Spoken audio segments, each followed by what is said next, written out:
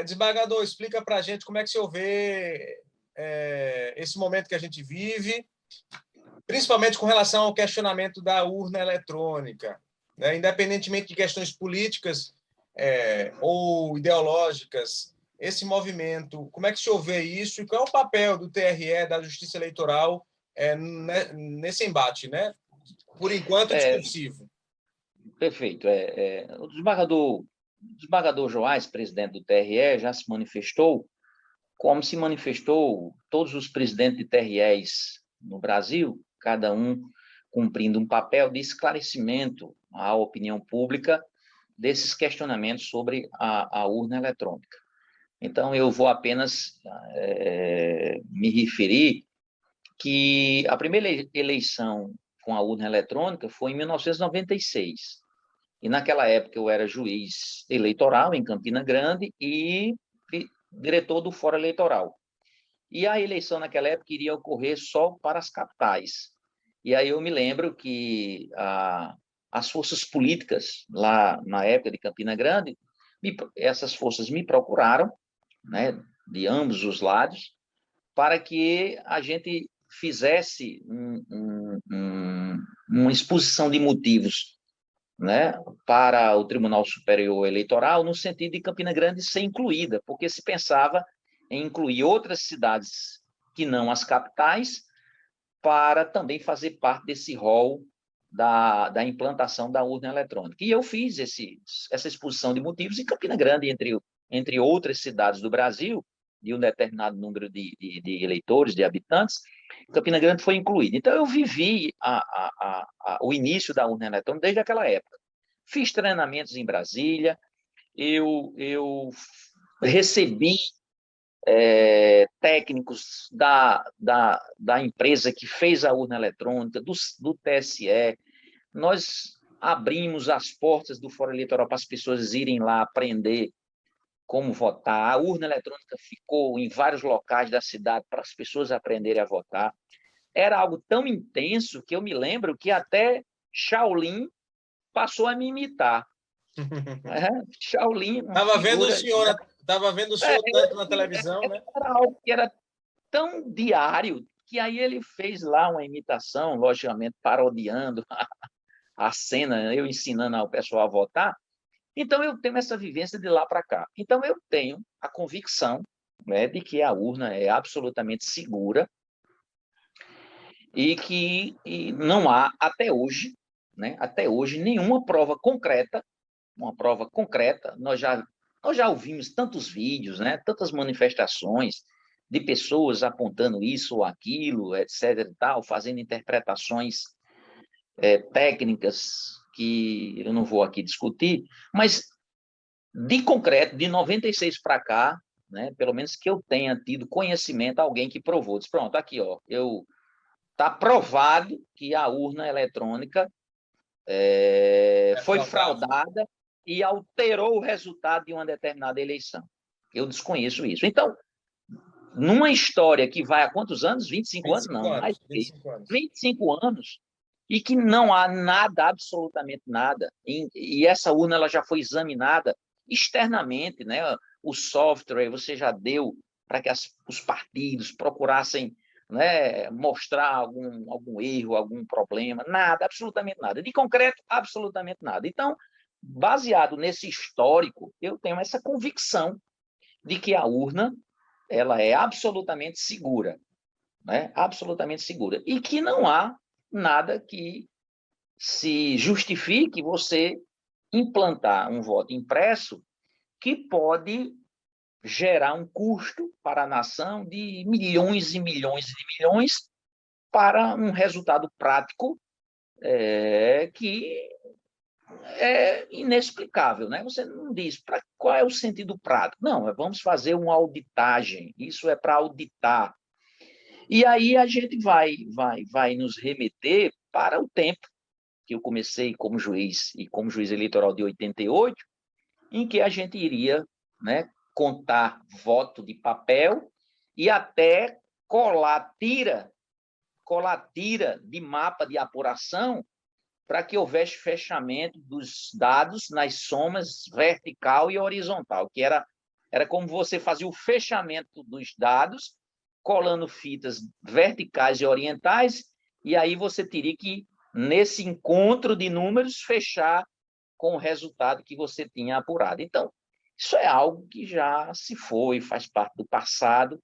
Então, a gente vai querer voltar a esse passado com folha, porque é algo que eu imagino, né? Não faz sentido eu pensar diferente. Na hora que você tiver uma urna eletrônica que dê um resultado, hoje você sabe, que, pela sua experiência, quando um resultado sai oficialmente, lá na publicação do TRE ou do TSE, você só quer apenas formalizar aquilo que você já sabe. Todos os partidos políticos já fizeram suas totalizações, já sabe, já tem gente na rua comemorando vitória, outros tristes pela derrota, mas... Porque os boletins de urna, eles se cruzam com... Você tem um boletim de urna que vai representar o que está na urna. Aí você vai dizer, não, mas eu queria o voto físico. Mas aí vai ser aquela história você vai ser... Se tem um voto impresso dentro de uma urna que vai ficar acoplada com a urna principal, aí não tem jeito, vão surgir incontáveis pedidos de regra. Vamos recontar, vamos isso, o voto aqui não coincide, vai criar uma celeuma, uma discussão jurídica sem precedentes, porque ninguém, sã consciência, pode imaginar que você vai reproduzir um voto físico e depois não querer olhar o voto físico, não querer conferir o voto físico, né?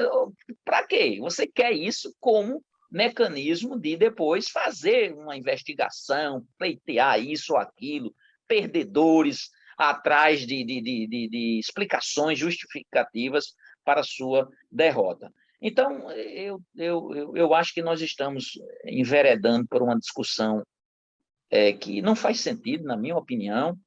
Nós estamos apenas criando um ambiente, né, beligerante desse processo tão bonito, que é um processo democrático natural, que nós fazemos já com tanto conhecimento de causa, de know-how, que é a eleição, as eleições a cada 2 anos, e por isso que eu acho que não tem razão de ser. Mas se um dia for provado, que, né, está aqui, foi provado concretamente, então é preciso então ter uma auditagem, tem outro elemento. A própria Justiça Eleitoral será a primeira a se manifestar e dizer, não, nossas urnas agora, a gente descobriu uma tal situação e a gente acha que ela deve ser realmente auditada para dar segurança. Mas apenas sair para essas meras conjecturas, como manifestação desse ou daquele candidato que não confia na urna. Então, isso não me parece racional, não me parece benéfico para a democracia. A gente tem um sistema que está funcionando, que nunca ninguém questionou, né? E agora a gente criou essa celeuma, que parece ser uma grande disputa nacional, né? A ensejar manifestações apaixonadas e irracionais. Desembargador, uma última pergunta. O senhor será presidente, provavelmente o presidente que vai comandar as próximas eleições. Como é que está o coração com tanta polêmica? Porque não será fácil.